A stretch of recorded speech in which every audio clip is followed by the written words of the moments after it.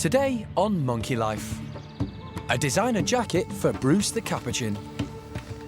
So I've made my little dressing in advance and put our sticky around it. Baby Gibbon Tia Nang shows Mum she's a big girl now. And a wild-style bedtime for the chimps. Just using my forestry skills here.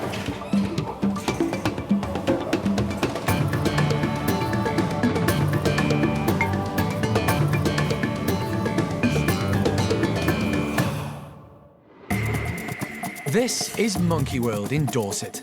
Tucked away deep in the English countryside, it's the largest sanctuary for monkeys and apes on the planet. And this is Dr. Alison Cronin, the primate's best friend. Alison and her team spend their lives rescuing... They're all going to have a chance to live proper lives again. Perfect. ...and rehabilitating primates from all over the world. Good help. Where's good girl? They currently look after more than 240 monkeys and apes from 16 different species.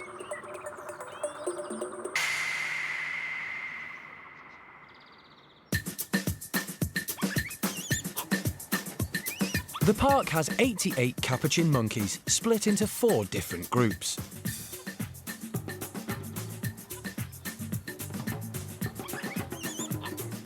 They're mainly females, but there are 24 males who all live together, splitting their time between their indoor bedrooms and a shaded, leafy outdoor enclosure. They get on pretty well, and alpha male Sean keeps them in order. But recently, the care team spotted a small cut on Capuchin Bruce. The wound was on his shoulder and was quite minor, but it failed to heal properly. Some of the other animals have been grooming around that area, and of course they're drawn to the wound and drawn to grooming that particular site, and what's happening is that every time it starts to heal over and you get a scab there, the others are picking it off. So it's some over-enthusiastic grooming in an area where we'd prefer them to leave it alone. Bruce has had to be separated from the main group into a small bedroom with just a couple of friends. To help the healing process, we've had to put on a little jacket. The jackets seem to work really well. The only problem with them, obviously, they have to be changed regularly. So to make this as stress-free as possible, we crate train our animals into a small crate where they then can be transferred for the operation. The alternative to crate training is, unfortunately, actually catching them with nets and gloves, which can be quite stressful for them and obviously for the keepers. Come on, Bruce. Bruce. To train the monkeys and apes, the keepers put a crate in their bedrooms and place tasty food treats inside until the primates are happy to enter. Bruce, come on, Bruce.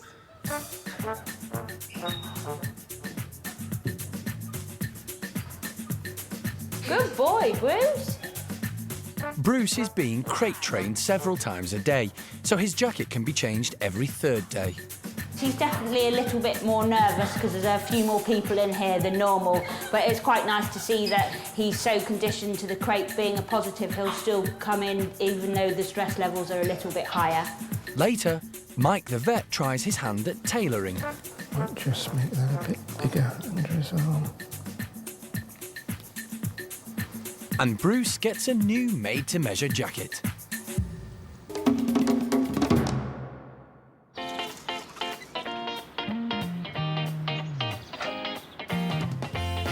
Many of the primates at the park have little or no memory of their early lives before they were stolen from the wild for the pet trade.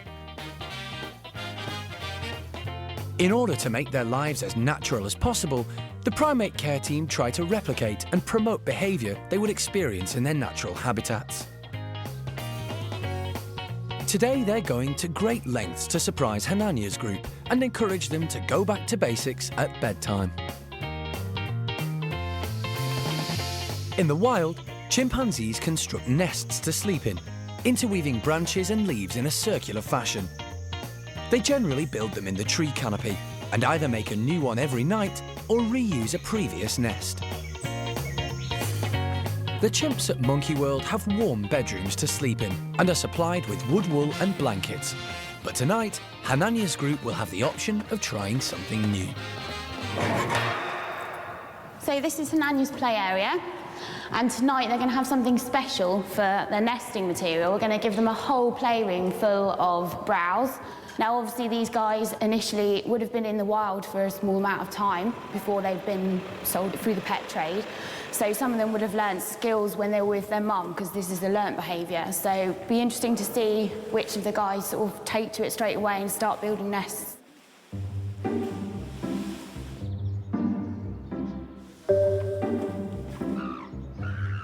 It's a forest in here. I'm just using my forestry skills here. Flower arranging at its best. Generally, most of them like to sleep on the horseshoe at the back. So we'll put loads of browse up there, and then obviously sort of in amongst the steps. Well, we'll try to pack it as much as we can so that then they can take what they need and go to whichever area they want to be in to nest there.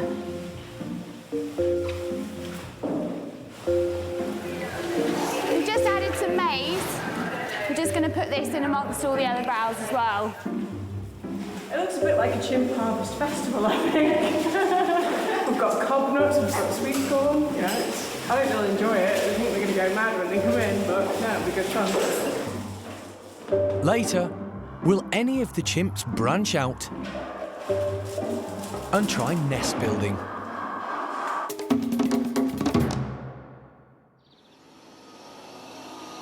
Bruce the Capuchin has a wound on his shoulder, and his special designer dressing needs changing. Bruce's crate training has paid off, and animal director Jeremy is taking him to the on-site hospital, where vet Mike Nathan is waiting. We're trying to do these things with the least stress as possible, so we can get him virtually asleep, give him much lower doses of drugs. It doesn't stress him out as much, because normally if you've got to catch them, they bash themselves, you get cuts over their faces, and it's horrible. You know, imagine being caught in a net. It's not nice. So this so far has worked brilliantly, and we're now hopefully at a situation where the wound is looking, which has been going on for quite a long time, where the wound is it's just a question of stopping him scratching it and somebody else scratching it.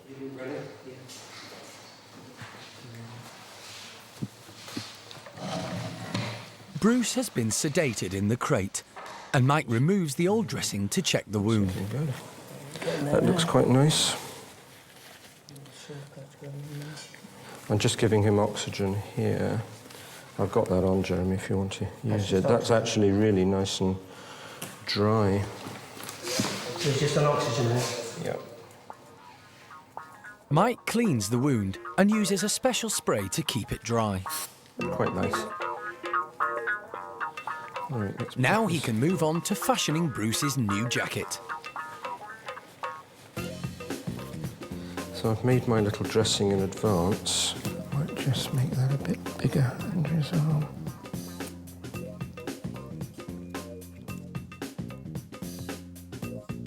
Jeremy keeps an eye on Bruce's vital signs while Mike works. Right, now because they can pick at things, we put our sticky around it.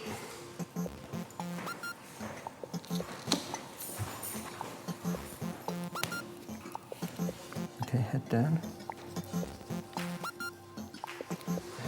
With this amount of Cappies living together, there's bound to be issues, and there always will be. Now, you're never going to get perfect harmony. It's just not going to happen. You know, I like you, I'm mad about you, I'm obsessed with you, and I hate you. I couldn't care less about the other guy. And, you know, you've got all these things happening, and then multiply that, what, 30 times 30? It's just not going to happen.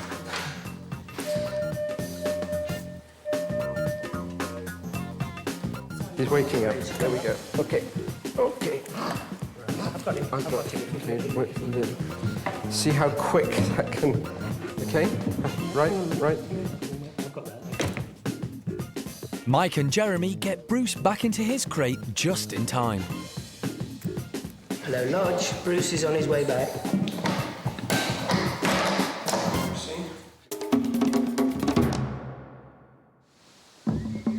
With the day drawing to a close, the primates at the park begin to make their way into their warm, safe houses. Tonight, Hananya's group arrived to find their house has had a makeover. Earlier, the primate care team filled the playroom with browse and maize to encourage the chimps to revert back to natural behaviour and nest build like they would in the wild.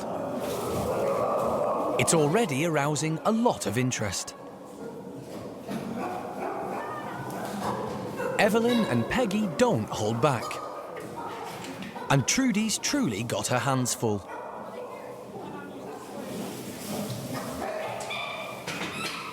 Alpha male Hananya doesn't seem impressed with the playroom makeover. But after a quick once-over, decides his stomach comes first.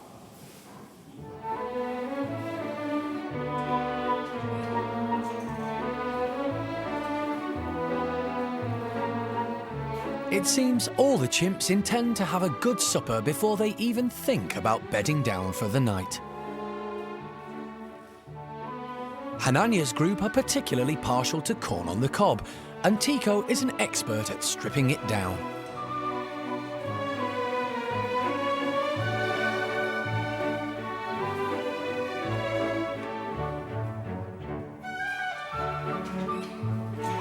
As usual, low-ranking Arthur is the last to eat.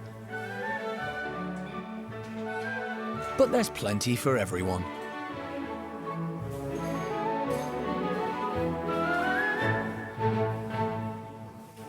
Patricia starts gathering maize stalks.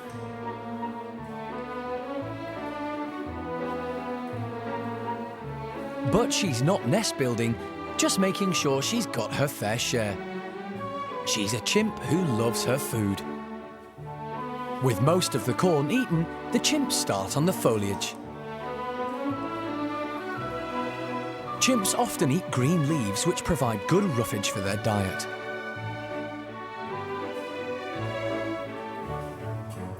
Once they've had a good feed, most of the group head into the bedrooms, where they can find the wood wool and blankets that generally make up their beds.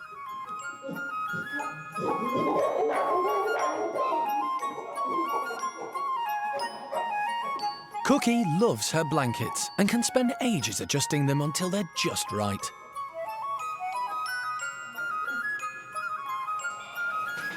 Next door, Shamak ignores the nest-building material and opts for wood wool.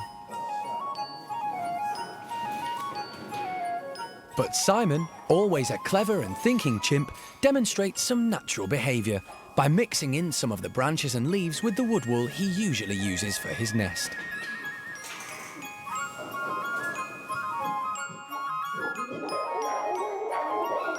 Bottom of the league Arthur joins him on the platform. And, with a little bit of repositioning and some last-minute readjustment,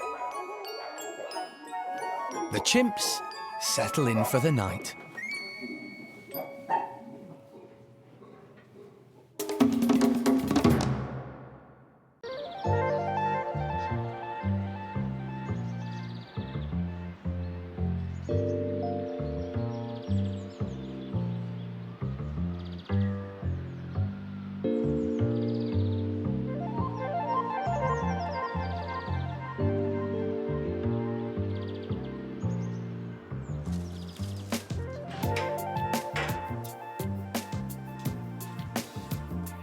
It's the morning after the night before.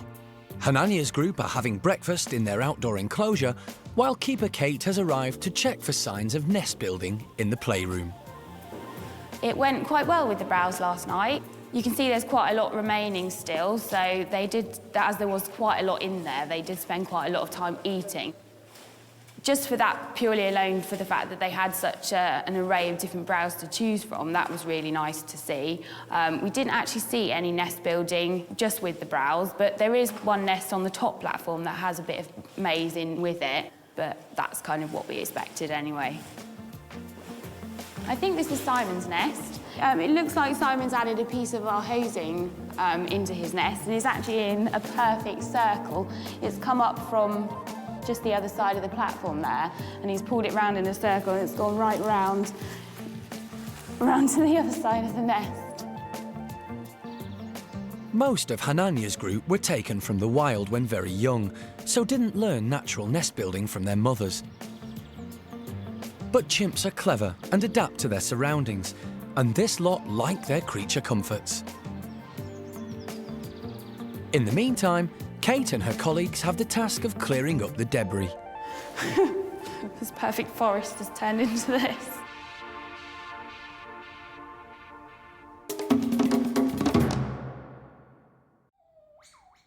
Golden-cheeked gibbon Peanut recently had an operation on her torn lip. Her baby Tianang stayed on board for the whole procedure. The wound has healed well, and now Peanut and her family are all able to enjoy life in their outside enclosure. The primate care team want them to take full advantage of the spacious, tree-filled environment, just like they would in the wild. Today we're actually going to put out cherry browse. It's in season at the moment, so they actually haven't had it for a whole year. There's so much around the park. So we're actually going to put hanging baskets in the trees and just stuff them with loads of browse. They've actually got to physically get up in the trees and hoik out all the cherries off all the browse. Hopefully they'll come out and spot it straight away, and hopefully they'll be really excited. They do absolutely love cherries, so this is a really good enrichment for them. So they're going to have to work their bodies to get to the ends of the branches to the cherries, and hopefully it will be really good.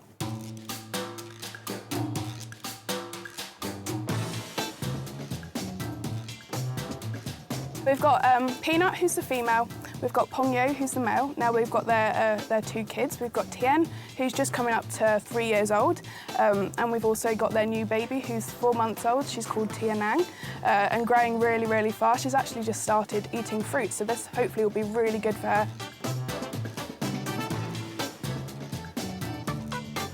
Baby Tianang is so tempted by the cherries, she lets go of Mum. At the moment, she's actually off Mum. She's actually, eating all the food. Mum's just keeping a really close eye on her because obviously Mum doesn't want her to go off too far because she's still quite young.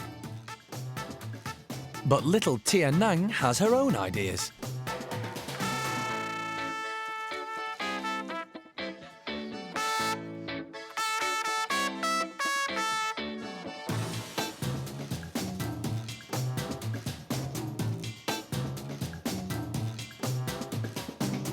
Although she never wanders too far from the security blanket provided by Peanut.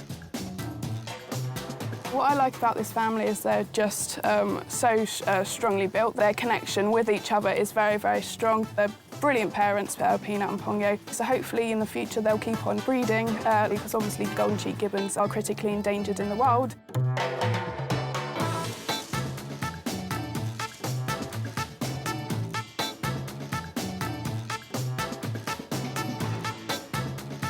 Oh, it's gone, yeah, absolutely brilliant. I'm really happy with it. They did exactly, what we wanted them to do, and it was, really great to see baby coming off Mum. I haven't actually seen her come off outside before, so it was really, really heartwarming to see.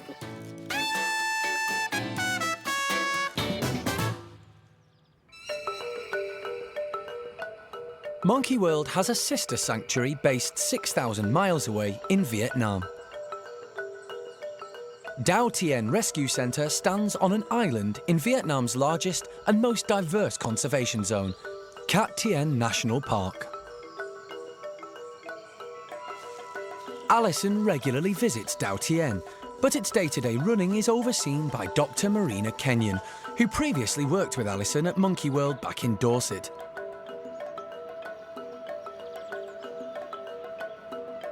Marina is in the UK on a flying visit and has come to see the golden-cheeked gibbons. One day, she hopes some of them will return with her to Vietnam. Little Tia Nang just looks fabulous. She looks perfect. Peanut's just a wonderful natural mum. It just shows you when you rescue animals from the trade and they say, oh, they could never be gibbons. And I remember the battle for Peanut, and the person said, oh, they would never ever go with gibbons. She's too messed up, she's too humanised. But she's the perfect gibbon and the perfect mum. Hello, Peanut. Look at your baby. You're such a fabulous mum. But you're a honey monster, you're so fluffy. Seeing Peanut now with her family of 4, kind of makes me feel pressurised now. We really have to get going in Vietnam because, yeah, she's doing what she's meant to be doing for a captive breeding programme. She's been fabulous. And she has all these youngsters now that need to find their way back to the forest. So it's making me realise that she's doing her part. Now we need to do the rest for her. The 2 most likely to return to their natural habitat are Peanut's youngsters, baby Tia Nang and her brother Tien, now 3 years old. I can't wait for Tien to come to Vietnam. At the moment, for some reason, we've rescued lots and lots of females. So I know 4 young ladies of the same age of Tien who just, yeah, can't wait for him to come. So he's going to be a very lucky young male. He's going to have a choice of different females, and then he'll be fast-tracked and back out to the forest. But the best thing here is that he's had all his life in the trees here. So he's actually a pretty normal little gibbon. So we're hoping that he'll do very well. Next time on Monkey Life, Alison's undercover on the trail of an illegal beach chimp. I think he's coming to the end of his working days, and that means potentially the end of his life. But can a meeting at the Turkish Embassy secure a rescue? Fingers crossed, I think.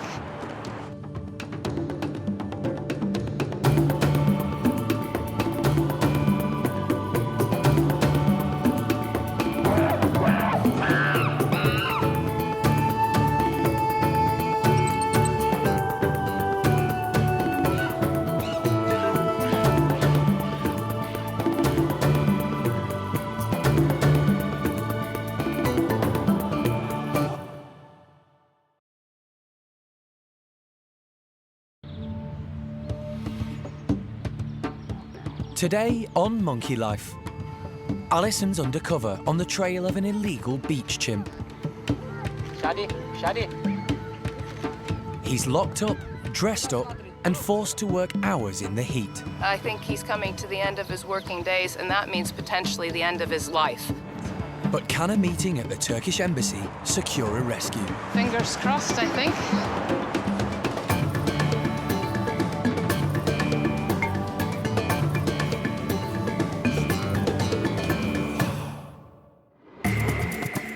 This is Monkey World in Dorset. Tucked away deep in the English countryside, it's the largest sanctuary for monkeys and apes on the planet. And this is Dr. Alison Cronin, the primate's best friend.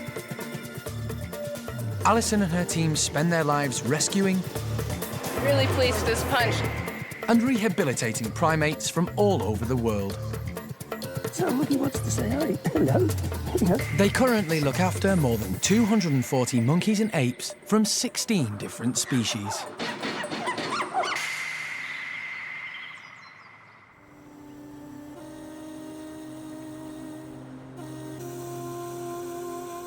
This morning, Alison's on a mission. She's heading to the Turkish Embassy in London to appeal for help with the rescue of 2 chimps being illegally worked in the country's holiday resorts. I've got a file of hundreds of reports of angry tourists who are tired of seeing these chimpanzees worked on the beaches. So for the Turks at this point, it'll be a very easy option for them to do something about the trade in chimpanzees, do something good for their own tourism, and for the sake of 2 individuals who are breaking international law that Turkey signed in '96 to protect endangered species.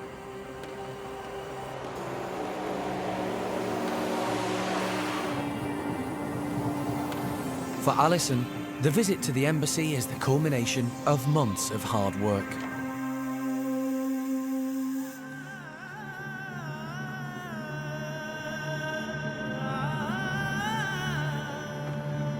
It all started when she headed out to Turkey on an undercover recce, prompted by those letters of concern from British tourists. the holidaymakers had spotted chimps being paraded around the hotels and beaches of southern Turkey. I've arrived in Alanya, Turkey, finally, and now I sort of have the daunting task of trying to sort of go through all of the reports and sightings at the different hotels and try and find out where this chimp might be working at any one time. So I think I'm going to just start pounding the beaches and trying to get into the different hotels and see what they've got on offer and what the photography situation is here.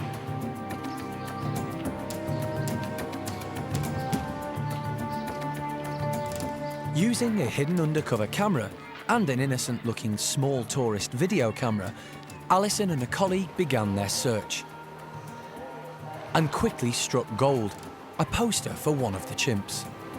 What I found out is that it's a very different scenario here than it has been in previous places we've looked into, whether it be Spain or otherwise.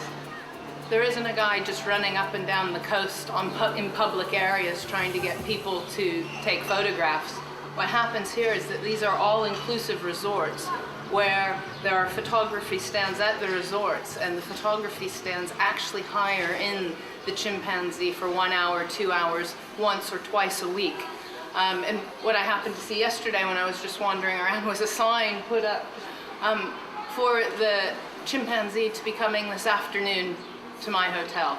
So it's going to be my first opportunity to actually get face-to-face with one of these chimpanzees. I believe it's the smaller chimp.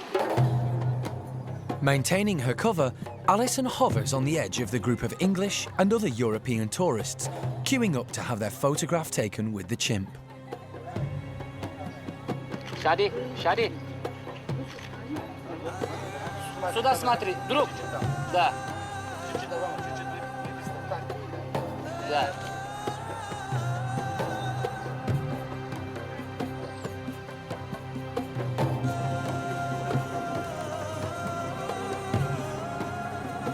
I got to talking with the man who is owning and working the chimpanzee, and it turns out that the chimp's name, at least in this instance, he's calling him Çadi, and it's a male chimp, and he says he's 8 years old, and quite frankly, that's probably a fair call on the age front. He does look about 7 or 8 years old. He's quite a big chimp, and the hands are enormous, but he's very frail, so he's not being fed well, he's not exercising.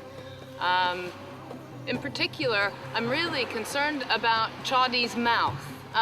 You know, whether or not, once again, I captured it on film or not, but Çadi's had all of his teeth removed in the front. And I say removed, he's had them knocked out. Just like little chimpanzee Brian that we got from Cancun, in Çadi's gum line, it's very apparent that there are shards of broken tooth where somebody's just knocked his teeth out and left bits remaining. Those bits, the gum has now swollen up around them, they're infected, they're angry, and you know, it's going to be really painful for the chimp, but also it might lead to infection that goes down into the bone and causes him a very serious problem in future.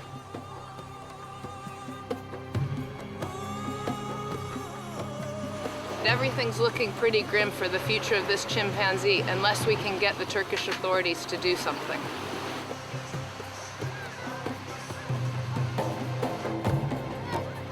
After a tiring session in the hotel garden, the chimp's owner and the photographer move him to a nearby beach, where more tourists queue up.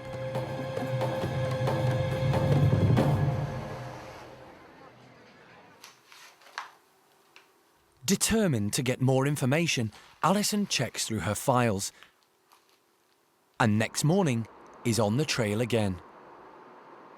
Managed to find the guy with the chimpanzee, and he's actually at the hotel right back behind me right now. So I'm just sitting here waiting, hoping that he drives out and I can identify exactly which car he's in. I've got some information from one person that says he drives a Mercedes and that the chimp sort of sits in the seat next to him with the seatbelt on.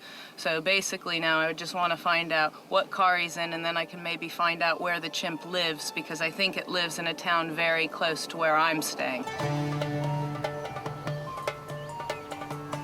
Several hours later, the chimp and his owner appear.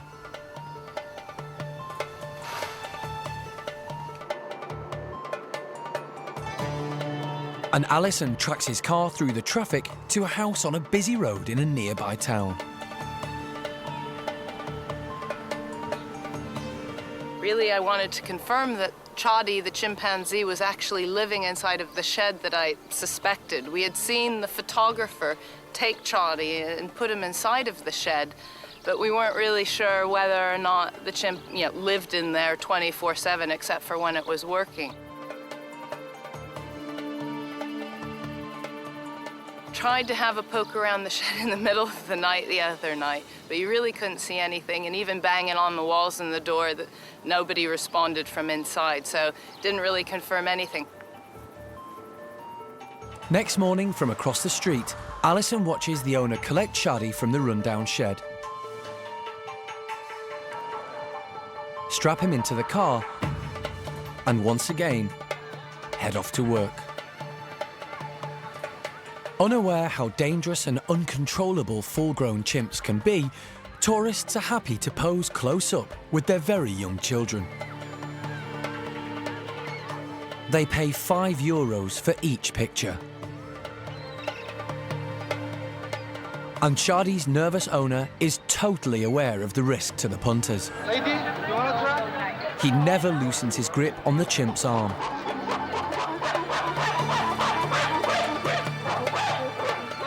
And when Çadi does get agitated, he quickly shields him from view.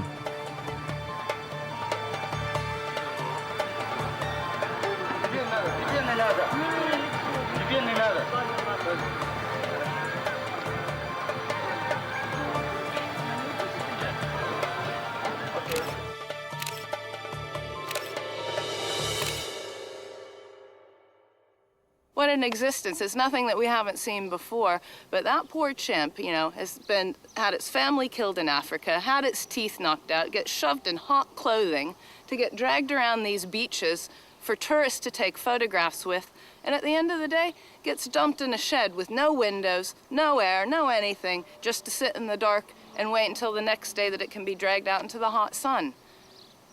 It's just desperate, and really Çadi's getting that big that I think he's coming to the end of his working days, and that means potentially the end of his life. So we got to get busy and get something done for this chimp immediately.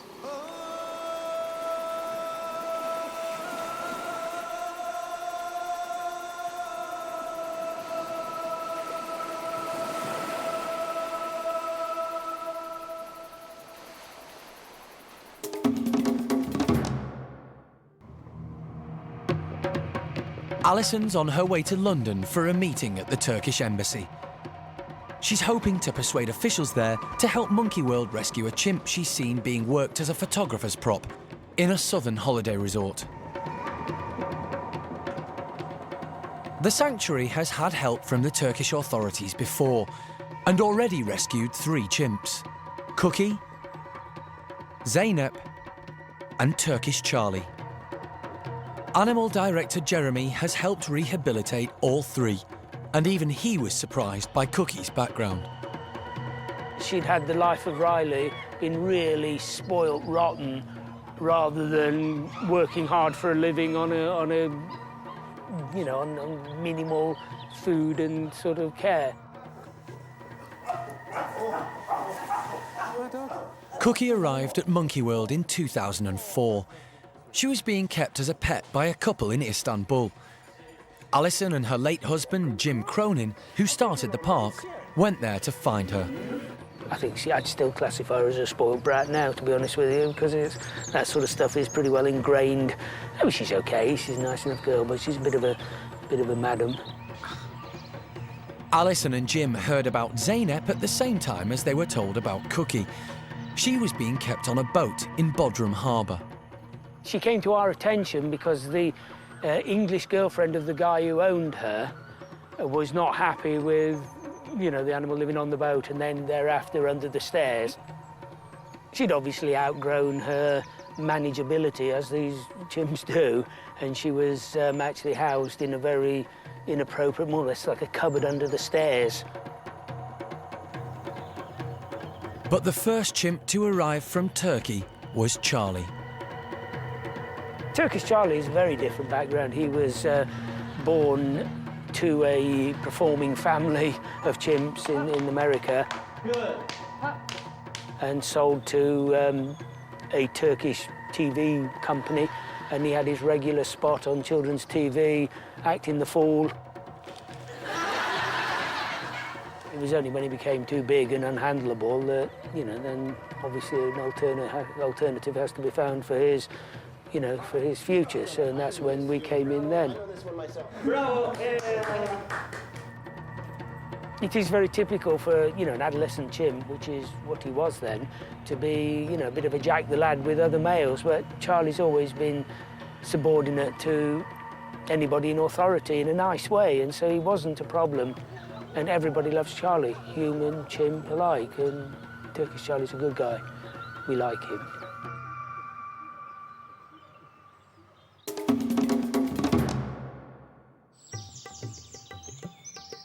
If Alison is able to bring Çadi back from Turkey, he may start his new life in the nursery, like Charlie did. Foster mum Sally is in charge, helped by one-armed Lulu. But eventually, all new nursery chimps need to adapt to being with adult males. This means joining a group led by alpha males Hananya, Paddy or Butch. Till then, the alpha male in their life is Jeremy, who helps Sally with their upbringing. Earlier, the nursery pool was emptied and cleaned.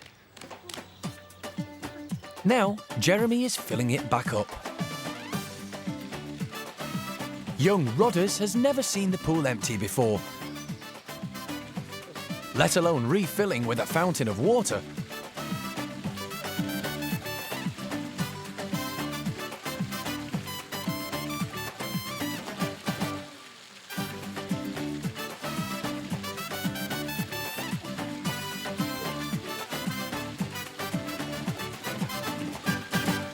To make life interesting for the whole Foster family, Jeremy's adding some bubbles.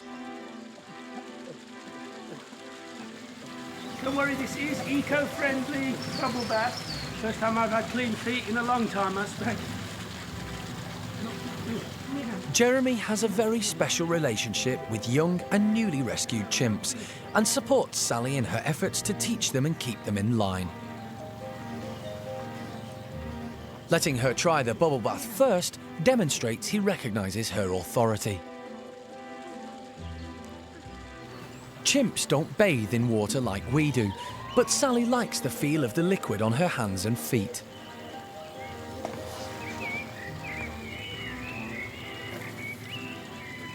It's the bubbles that intrigue 4-year-old Rodders. But as young chimps learn from their mums, he copies Sally's behaviour.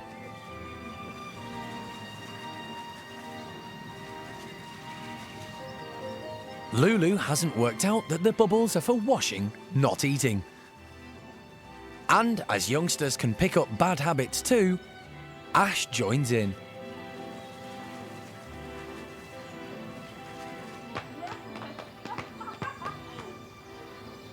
My morning massage. As the pool fills up, Sally gets her own bottle of bubbles to play with. Sorry, Sally. See you there. While a tennis ball is enough to keep Rodders occupied.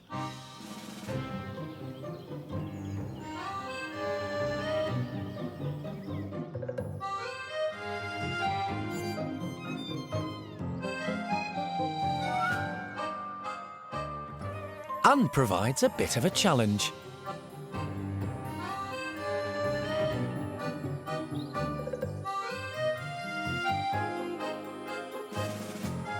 The rest of the family don't seem impressed with his technique.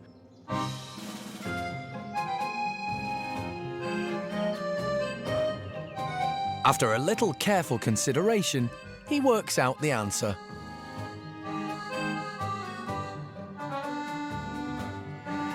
It's great to see that Rodders is developing and trying out new skills,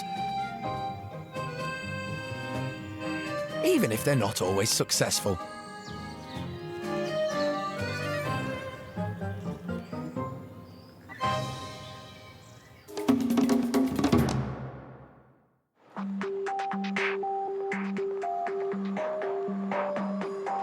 Alison's arrived in London on her way to the Turkish Embassy for a very important meeting.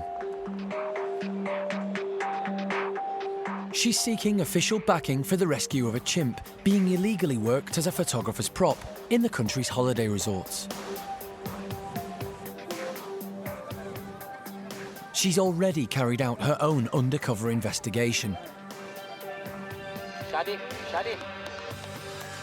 And now she desperately wants to bring the chimp, called Çadi, back to monkey world and a more natural life. As she heads to the embassy, Alison keeps positive. She knows time is running out for Çadi. Monkey World's worked in Turkey for a number of years now, so I'm hopeful that with our past history and their interest in trying to tidy things up in their own country, that we'll actually be able to work together, because Çadi's working days are coming to an end now, and something needs to be done immediately. Otherwise, he's either going to die or be disposed of, because I don't think the photographer, even in his weakened state, can control him much longer. Alison's efforts are being supported by Monkey World's local MP, Jim Knight. I got to know Jim and Alison and started to try to work with them about how we can make it easier for them in terms of the implementation of the international treaty obligations of various countries to primates, so that we can affect the rescues that Monkey World were doing, but also there may have been other circumstances where they can sort things out in country and still fulfill their obligations. But so I've been working with them for some time over a number of different chimps, some of whom are now at Monkey World. Alison and MP Jim meet up to talk through their concerns on the way to the crucial meeting. The tourism industry is really important to them, and I don't think that they want to be able to see the sorts of images of chimps being exploited in Turkey, and particularly associated with the tourism industry.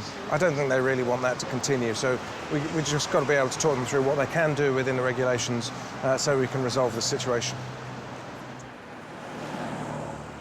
So this is it? Yeah, fingers crossed, I think. Good. Alison and Jim are meeting with the Minister Councillor to the Turkish Embassy.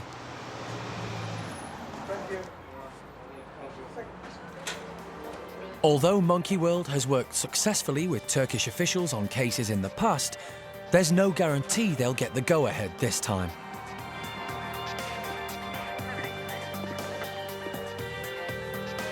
But an hour later, they emerged cautiously optimistic. So what do you think? Yeah, I'm hopeful. I think it went really well, as good as it can go for an initial meeting. And now we just have to wait and see. You know, actions speak louder than words, but I'm hopeful. It's a good start. Obviously, it's not that straightforward, because you've got a number of different ministries that have to be coordinated to seize the animals and then make sure that they can then quickly be exported to Monkey World. But it was a good meeting. This is just the beginning of the roller coaster ride, and there's going to be many ups and downs before we actually see Çadi again, but I'm hopeful. Thanks for everything. Really good to see you again. You look after yourself.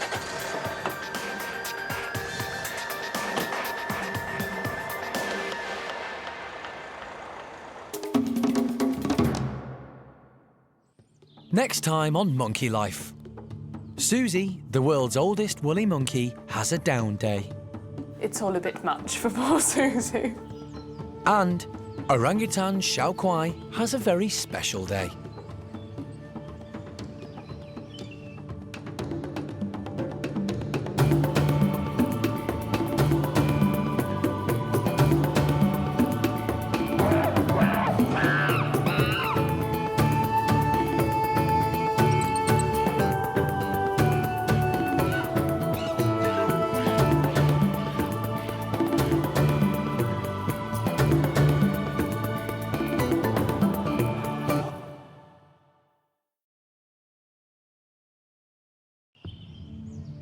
Today on Monkey Life, the world's oldest woolly monkey is having a down day. I think we might need to give that a try another time. Even in the rain, the chimps are having an up day. And at the orangutan enclosure, it's a very special day. Hsiao-Quai seem to be carrying something extra.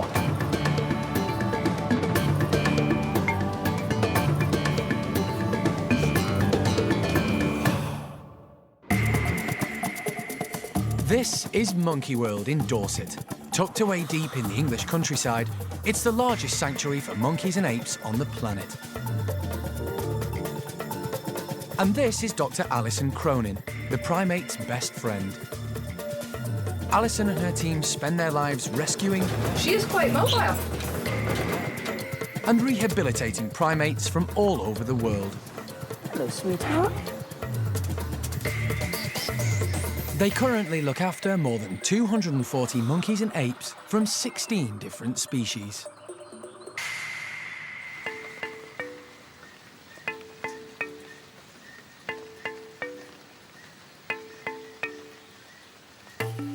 The unusually wet, cool summer has proved a bit of a challenge for some of the primates at the park. Their natural habitats in equatorial Africa, Asia, and South America are generally somewhat warmer. At the rescue centre, all the monkeys and apes have indoor and outdoor enclosures, so it's up to them if they want to escape the rain or just take shelter in their own particular way.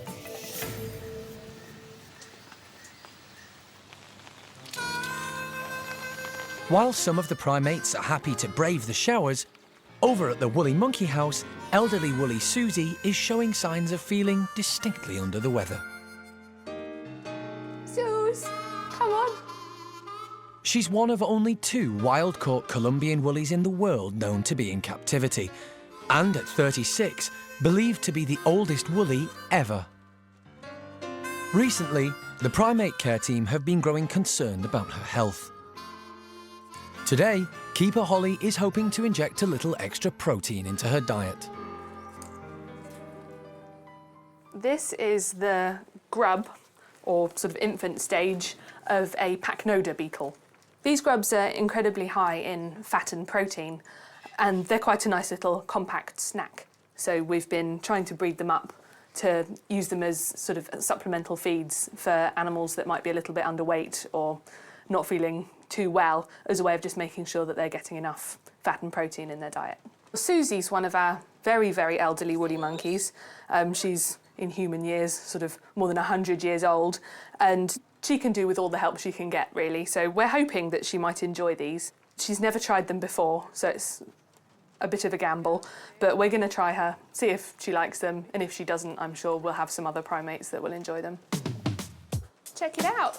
Okay, Sus. Come on then, Xuzy. Come have some snacks. Sus.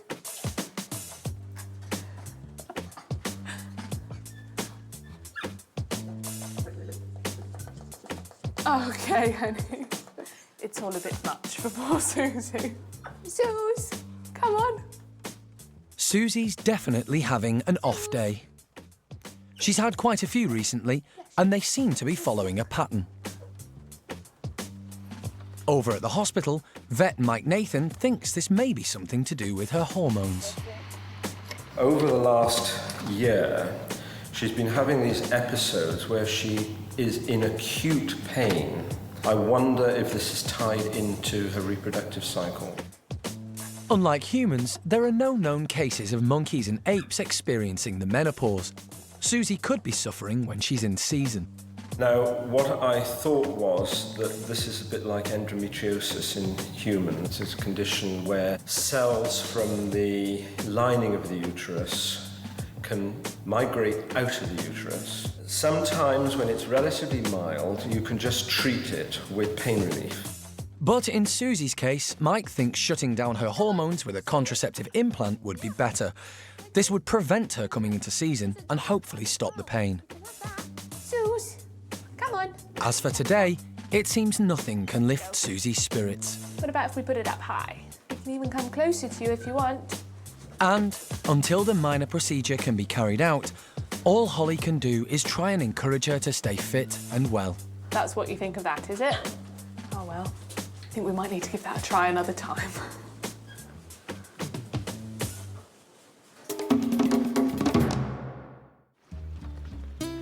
It doesn't matter how old or in what condition the rescued primates are when they arrive at the park. Alison and the team do their best for them.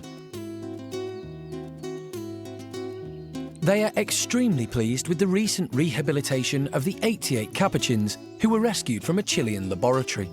Hey, you! How do you do it? How do you do it? Oh, I don't want that onion. I don't want that onion. That's smelly. It was the females who suffered most because they were the subject of birth control experiments. And now one of them is giving cause for concern. Heti appears vastly overweight and has a very flabby stomach. This might be as a result of the 7 pregnancies and 3 caesarean sections she underwent during her life in the Chilean lab. At the hospital, vets Mike and Femke are about to give Heti a thorough check. Jeremy attempts to lift her out of the box, but she's a little reluctant.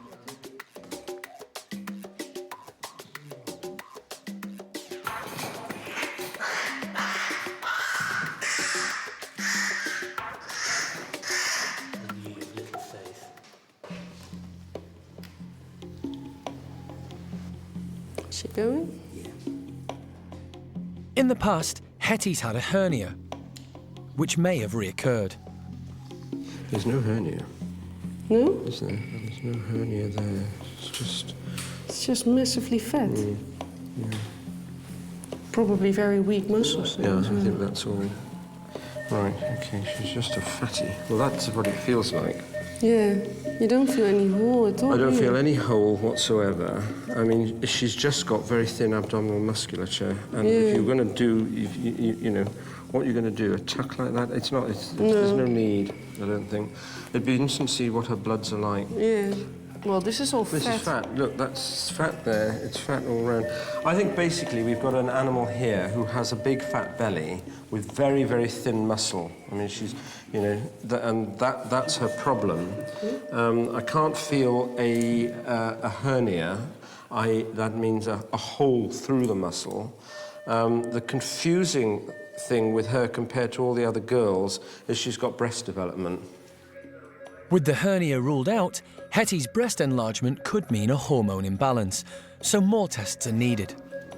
So we'll just run some basic bloods to start with, and then we'll go on from there. But we're not going to open her up.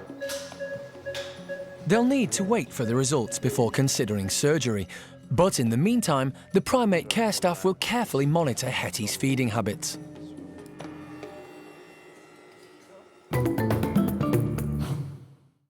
Hello, mister. Good boy.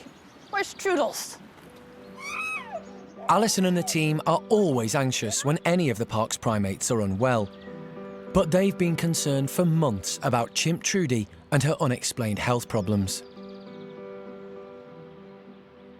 They've tried everything to discover what's wrong, including blood tests, muscle biopsies, X-rays, and even an MRI. Massive lesion there. Oh my God. For Alison, the results of the scan were hopeful.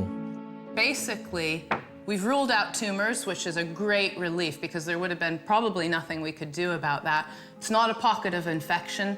It is indeed trauma. She's basically got 2 slipped discs. Now, that can be, as many people will understand, a potentially serious issue because a slipped disc can be incredibly painful, and for human beings, it generally is.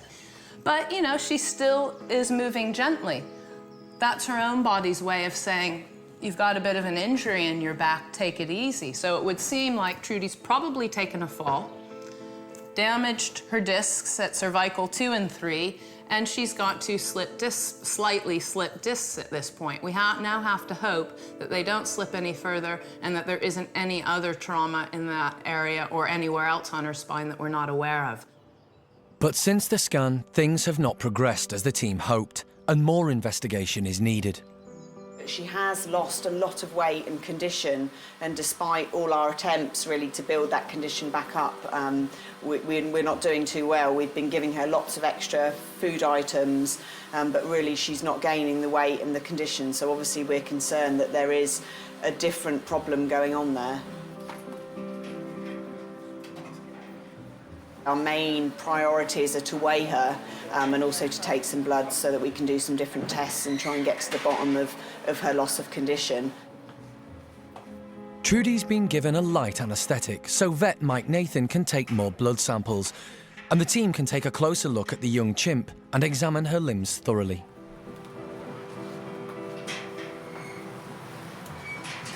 The difference is, I mean, her skin looks okay, her coat looks okay. I mean, she's been over-groomed, but that's what chimps do. To me, the difference is this wasting of her muscles, and as usual, it's the diagnosis that's the problem rather than the treating. I mean, once you know what the problem is, you can either fix it or you can't fix it. But if you don't know what it is, you can't do anything. The last time Trudy was weighed, she was 29 kilos. Yes, it could be something 27 kilos. Put it back on here and give her We just weighed her and she's lost another 2 kilos, and 2 kilos on a little animal like this is significant. So there is, clearly we have some underlying thing happening, and that's what we need to identify, and really it really is that simple. Cara takes the opportunity to oil Trudy's dry skin to help improve her general condition. If Mike comes back with the bloods being all clear and Trudy is actually fit and healthy, then we'll look at trying to bodybuild her. So we've actually had a really kind donation of some health food products. That is, one of them's pure protein, really nice tasty drink that she can get down and try and build some muscle, because we don't want to just feed her junk. So between sort of protein and carbohydrate supplement drinks and pure protein things, then we'd be hitting her, and that'll be the next thing, is building Trudy's muscles up. They've tried almost everything, but it looks like it could still be a long haul to get Trudy fit and well.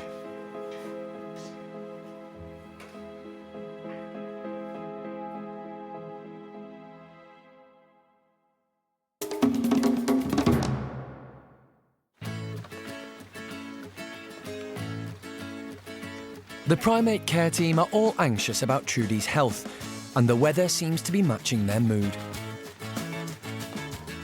The rain is back. But it seems nothing can dampen the spirits of the park's fun-loving chimps. Over at the Bachelors, the rain has made the tunnel slippery on the outside, turning it into a great slide. Buxom's practicing his technique, much to the bewilderment of Freddie.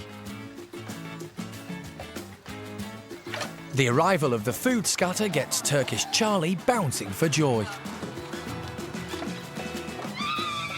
But Paco prefers his lunch without raindrops falling on his head. Across the way in Paddy's group, no one can rain on Lola's parade.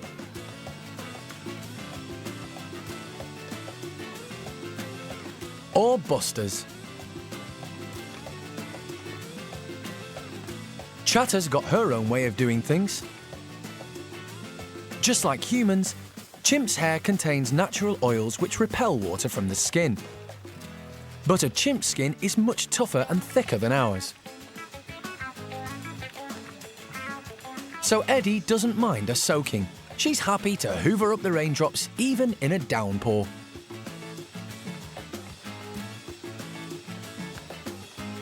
Two-year-old Bart, however, isn't a fan and heads for shelter.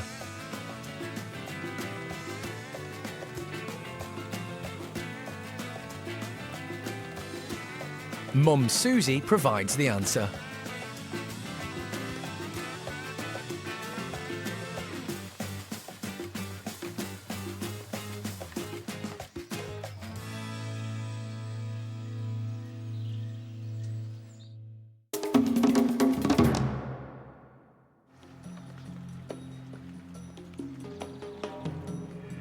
The results of the blood tests are back for one of the park's female Capuchins. The team hope it will shed some light on Hefty Heti's problems. We got the blood work back, and everything's within normal ranges. So she doesn't have a hernia. She doesn't have hormonal changes based upon some blood chemistry issue that's causing her to gain weight. She doesn't have a thyroid condition. All of these things we've checked now. So Heti's got a problem, and that's simply that she's greedy. This isn't the first time the team have had to deal with an overweight Capuchin. Tom arrived from the British pet trade in 2001 with a bit of a belly. His previous owners didn't have him on the correct diet. His problem was definitely overeating, and it looks like Heti's no different. So it's a really timely and good reminder that the primate care staff need to be assessing constantly not just the physical state of the monkeys from the lab, but also their mental state. And it would appear that actually, indeed, that's Heti's issue right now. She's quite a dominant individual in the group, so she's getting her choice and pick of the food, and I imagine what's happening is she's going around clearing up every single banana as breakfast, lunch, and dinner get put out.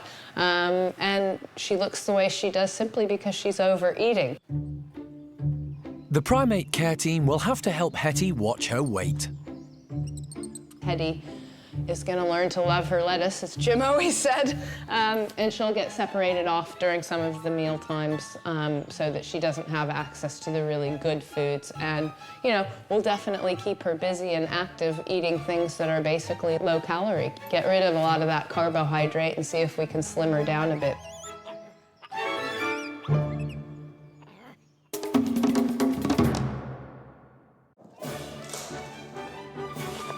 It's a new day at the park. Unlike most mornings, the care team are cleaning out enclosures and feeding and checking on their primate charges. They're also making final checks on the new orangutan nursery, which is due to open any day now.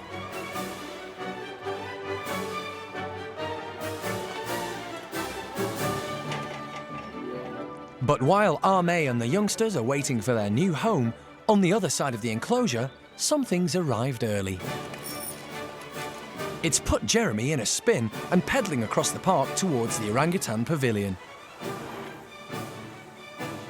Alison's been summoned too, and she's the one to announce the news.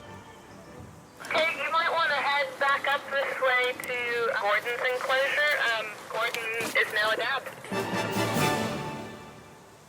Pregnant orangutan Hsiao-Quai has surprised the whole team by giving birth a lot earlier than anyone expected. I just by chance happened to be looking out of the orang nursery window and noticed Hsiao-Quai seemed to be carrying something extra. As it turned out, she's given birth about, a month earlier than we estimated. Now, normally, I say normally, but normally they tend to give birth overnight, and we usually come in and find the baby in the morning. Now, if we'd known she was going to give birth today, we would possibly discuss the options of separating her overnight so that she doesn't get bothered by the other ones during the birth or after the birth. And we'd give her a nice big bed and we'd have lots of drinks and food ready for her. So, slightly inconvenient, but on the whole, very good news. Hsiao-Quai has chosen to give birth in a hammock in the middle of the outdoor orangutan enclosure, about as far away from general view and the keepers as possible. Jeremy and vet nurse Penny are anxious to see if both mum and baby are okay. Hand's really gripping well and in the right place, and yeah. Jeremy's delighted to see all is well. You can see the baby's head, which suggested it was a decent size, but then when arms start waving about, and then you can actually see the hand gripping on, that's all good indication that everything's going according to plan. The new baby is Hsiao-Quai's second, and firstborn Kai is anxious to get a look at his new baby brother or sister. But no one's quite sure what he'll make of the sudden arrival, although Jeremy's convinced they'll bond. Don't mess with my sibling. Right. Back off, woman. Kai seems very protective of his new sibling, shooing away the other member of the group, Xiao Lan. It seems the new baby is a hit with Kai. But the big test is how Dad Gordon will react. Gordon, you're a good boy. He's a clever lad. In the wild, orangutan fathers normally aren't involved in bringing up babies, and in captivity, they have been known to harm their infants. Very often, in my experience, people don't give them a chance. No, all male orangs kill their babies, so don't let them have them in there. Now, male orangs can be all right around newborn babies. We wanted to educate Gordon and Kai on, having a baby in the group so that hopefully in the future, the boys are okay around babies rather than baby killers. But it looks as if Gordon's going to be a great first-time dad. After displaying gentle curiosity about the baby, still attached to the umbilical cord, he leaves Mum in peace to sort it out.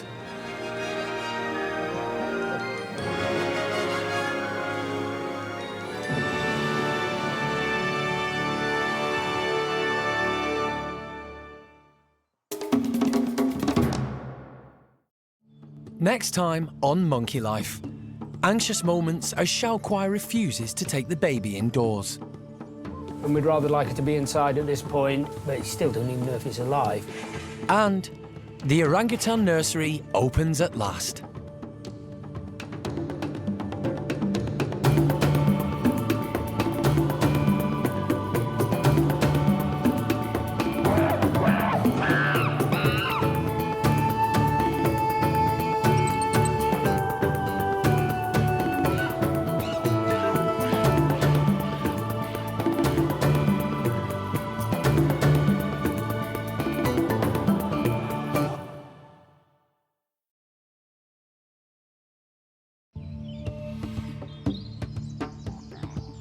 Today on Monkey Life. Anxious moments as orangutan mum Hsiao-Quai refuses to take her newborn baby indoors. We'd rather like it to be inside at this point. You still don't even know if it's alive. Or if it's a boy or a girl. We were hoping for a female, but we'll settle for a male. And the new orangutan nursery opens at last.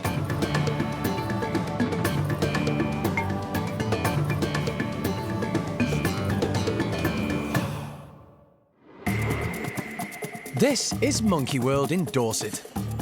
Tucked away deep in the English countryside, it's the largest sanctuary for monkeys and apes on the planet. And this is Dr. Alison Cronin, the primate's best friend. Alison and her team spend their lives rescuing... Round one, Monkey World. ...and rehabilitating primates from all over the world. What's this? They currently look after more than 240 monkeys and apes from 16 different species.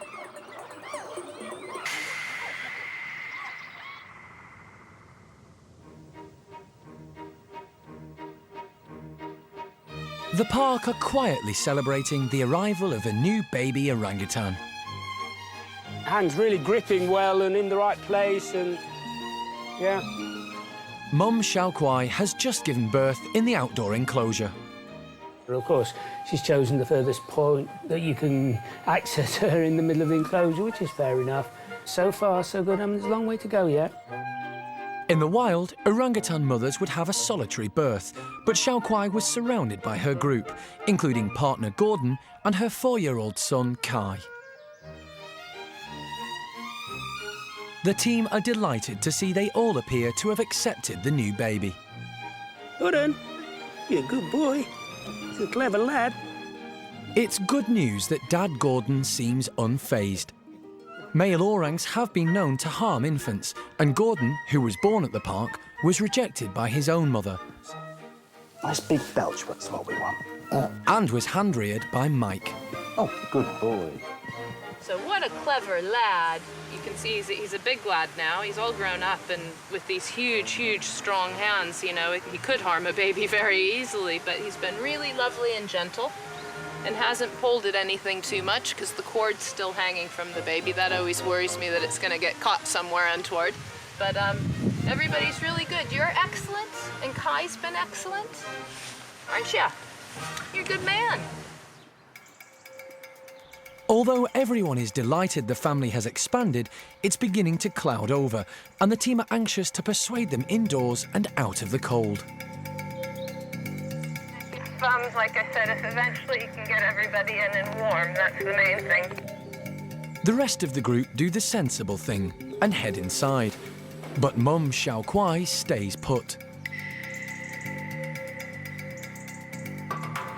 Young Kai heads out to see what's keeping her and makes a half-hearted attempt at delivering a blanket.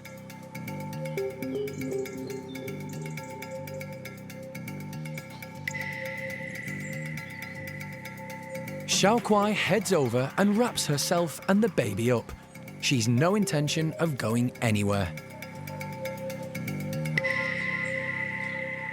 Later, can the new mum be persuaded to take baby indoors before the rain comes?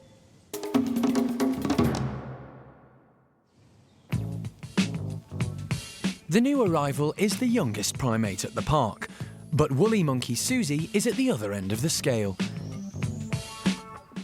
At 36, she's the oldest woolly monkey ever, and recently she's been feeling a bit under the weather. It's all a bit much for poor Xuzy. A small procedure to stop her reproductive cycle means she's back to her old self, but she still needs building up. So the care team are trying something new, protein-rich and appetising, at least for Xuzy. So we're just about to give the woolies some locusts. We've got about 20 altogether. They do normally get the small ones, so these giant ones are quite a big treat. So we just go into the playroom, scatter them around.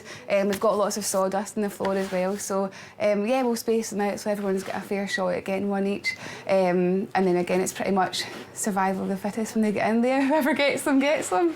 Xuzy will probably speed up. She's usually quite slow, but I'm sure she'll speed up once she gets in there and sees them, so we'll see. Having the family around always makes Xuzy more enthusiastic, but it's the youngest woolly, Diego, who gets stuck in first. Are you scared, Diego? Although he's not sure if he should chase it, play with it,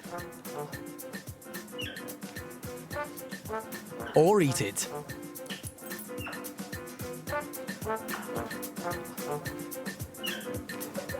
It's like the size of his head.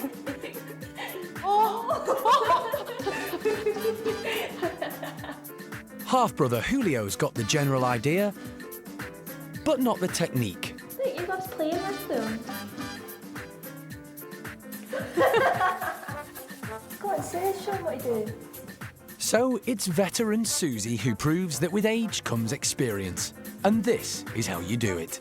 Oh, no shame. Head first.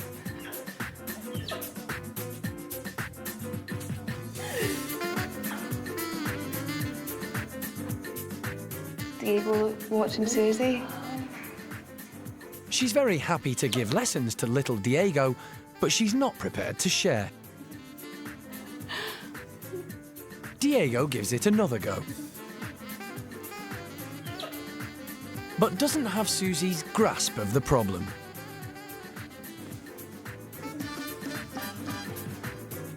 It's been fantastic enrichment, especially for old Xuzy. Yep. She'll be asleep the rest of the afternoon now.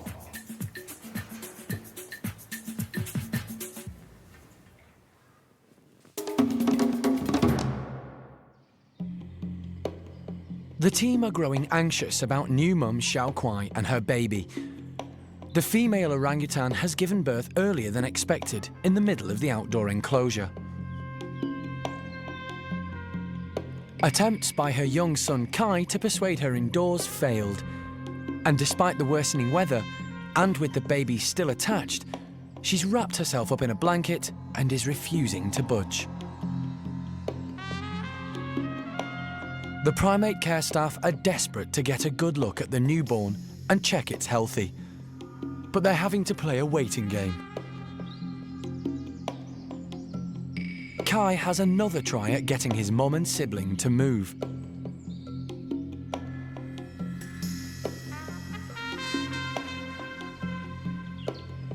And for a moment, it looks like he's going to be successful. See the baby's head, which suggested it was a decent size, but you still don't even know if it's alive. We'd rather like it to be inside at this point, and we can have a better look and everything else.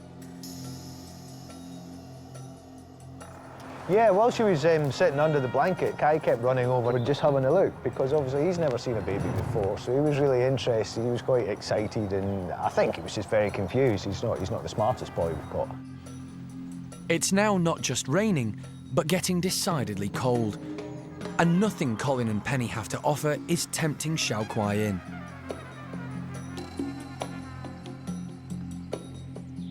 She's been a great mum first time round with Kai, but that's no guarantee she'll do the same again.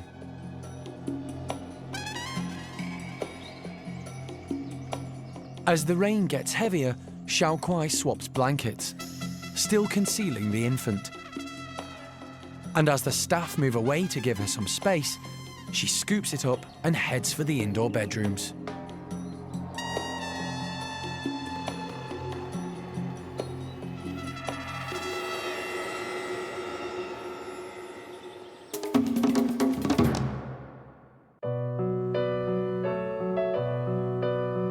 Orangutan mum Hsiao-Quai has finally brought her newborn baby indoors, much to Jeremy's relief. Now she's all snug inside. She's just eating a jar of peanut butter. A bit of protein, do her good, and everybody's happy. But there's still one outstanding question. Of course, everybody wants to know the gender of the baby, and it's a girl with a winkle, so it's a little boy. And now they can get a good look at him. The team are delighted to see he's perfect. The yet-to-be-named youngster will play an important part in the conservation of this endangered species and the breeding programme that helps support them. Colin takes the opportunity to check out the little one and his mum. Just going to give these guys a drink. Obviously, because Hsiao-Quai's breastfeeding, we want to keep her fluids up. The deal is, of course, we'll have to give everyone else a drink as well, or there'll be trouble. Dad Gordon's first to be served. Young Kai's happy to just play. So we've got Hsiao-Quai here, having a nice drink. This is just fruit juice. As I say, we want to make sure she's completely hydrated. But she's taking everything brilliant. She's eating very, very well. Well, like a horse, in fact. But we like that. So for the next few days, she'll be on, unlimited food and treats and stuff to keep her happy, keep her, we don't want her going at all hungry. And also, the rest of them benefit from this as well, so they'll be having a good time. The fact that it's a boy has a knock-on effect for the park, but Jeremy's not too worried. I don't care personally, but I know a boy means I want yet another orang enclosure, thank you very much, because you cannot keep big male orangs in very close proximity. It isn't nice for them. I'm sure there might be the odd exception at some point, but in general, once they become mature, male orangs don't want to be near other male orangs, so it just means somebody's going to have to make some more money and get me another orang enclosure, that's all right. It's no problem.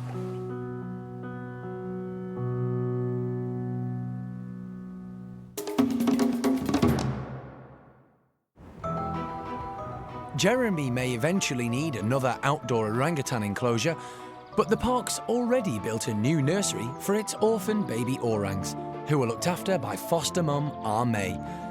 It's been delayed by problems, including a disastrous attempt to fit the huge, heavy public viewing windows.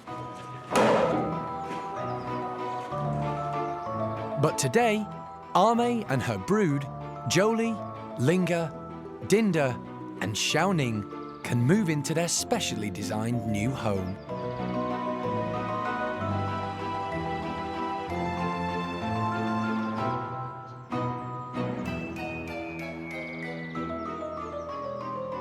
It's been built specifically for orangutans, with high ceilings to encourage them to climb, lots of space for the youngsters to play, and everything fastened down securely so clever May and her gang can't destroy it. It's connected to the outdoor enclosure by a series of tunnels, leading directly into the playroom and the rear bedroom area. The team have come up with a plan to entice the orangutans into their new home. we want to fill the house with lots of nice, tempting things. So we're making them some extra treat items of bottles filled up with raisins, yoghurt, jam, some quite fancy cereal bars that we've had donated. We're hoping that they'll all be really excited about all the activity over here, and they've been watching the building being built, so they're curious. But you can never predict these things.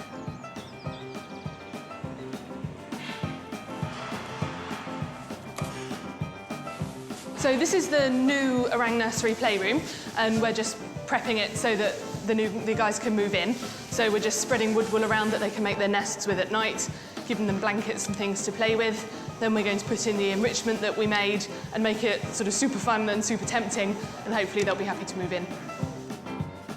But first, Arme and the babies need to move from the old nursery to the new one via the outdoor enclosure. Kate releases them from their old home while Holly encourages them into the outdoor enclosure. Oh, yum. There's a good girl. The old indoor facility is closed off. Yes! And Jeremy opens the tunnels to their new upmarket Des Res. Good girl, Army. Arme wastes absolutely no time at all and sets off to explore. Good girl, Jolie. Jolie doesn't like to be separated from her foster mum and soon follows. Good girl, When Army. they all come in here, shut them in, then they can have the day in the house. Okay. To know the new house. What's going on there, Arme? It's all gone really, really well so far. We thought there might be a bit of hesitation or fear or something with them going into a new house, but as soon as we opened the slide, Arme rocketed right through it, went straight in the playroom and started eating everything we put in there for her. It's hard to say what they're basing their motivation for going in the house on. Jolie is almost constantly attached to Arme, so she was the second in the house once she saw Arme go inside. Linga's starting to grow up and becoming a bit more confident, and she's been the third one to go in. But Ginger and Xiaoning are kind of big babies, really, and they're hanging about in the tunnels at the moment, trying to get Linga to come back and spend some time with them.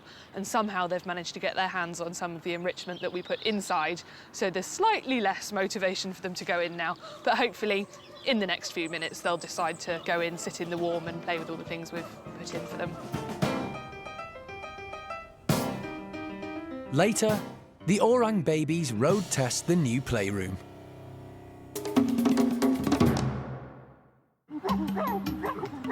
There's good news across the park too, for one of the chimps. Youngster Trudy has been in the wars lately. An MRI scan revealed she had 2 slipped discs. And another recent examination showed she had lost weight and general condition. 27 kilos. We just weighed her and she's lost another 2 kilos. Trudy has always been a small chimp, but now the team think they found a way to treat her. Special protein drinks. In order to build that weight back up, we don't want it to be just purely fat. We're going to be using products that have lots of protein in them. It's all right, Johnny's not going to take it. What's for this? Good girl. The new diet seems to be paying off. Specialist wildlife vet John Lewis, Mike, the parks vet, and Jeremy have all been carefully following Trudy's progress. I think she looks healthier now than I've seen her for some time. Well, that was my feeling when I heard Alison talking to you, and I thought, well, I don't feel she's as bad. I know what she means in terms of her size and her demeanour's good. Yeah, I don't know. I wouldn't write that off. Her body shape, as you say, I mean, I think that we're all different shapes, and I think that's her. Alison is optimistic about Trudy's future. Really, I'm not too worried about it right now. I'm quite hopeful that she's gonna survive this and get on with things in her own way. And once again, we've just got a specially unique case here of a chimpanzee at Monkey World. So I think Trudy's gonna be okay, though.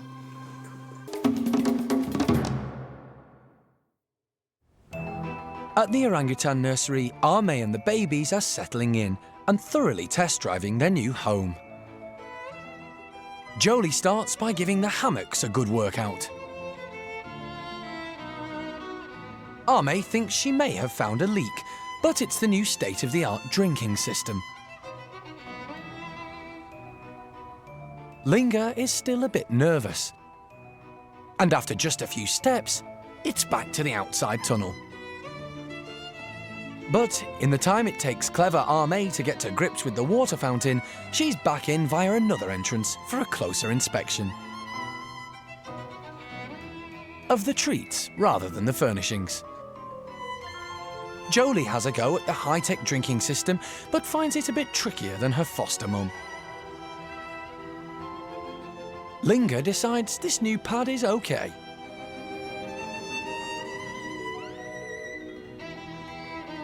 And begins to make herself at home.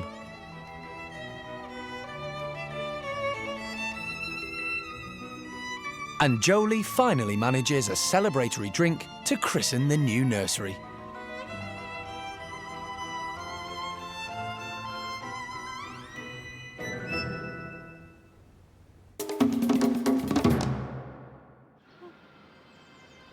Alison and the team are dedicated to the primates in their care.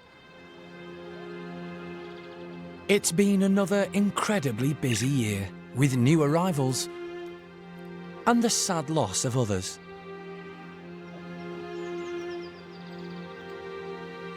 But at least the lives of all the monkeys and apes have been enriched by their time at the park.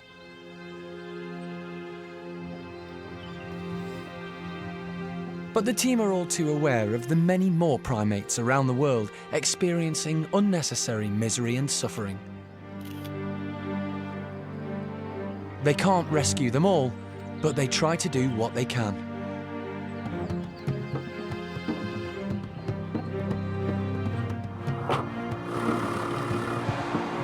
Next on Alison's list is Fidget, an elderly squirrel monkey kept as a solitary pet without any friends of his own species.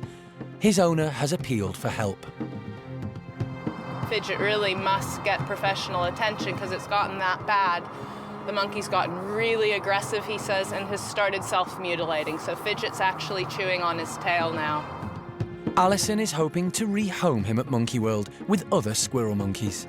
But yeah, his whole tail's a bit angry right now, isn't it? Yeah. But it's not just the rescues that have earned the centre its global reputation. The park is part of the European Endangered Species Breeding Programme and the most successful centre in the world for breeding and caring for rare woolly monkeys. The latest is Paquita's baby, whose birth will help the survival of this very special species. And the arrival of Hsiao-Quai's second son means there's another glimmer of hope for a species on the brink of extinction.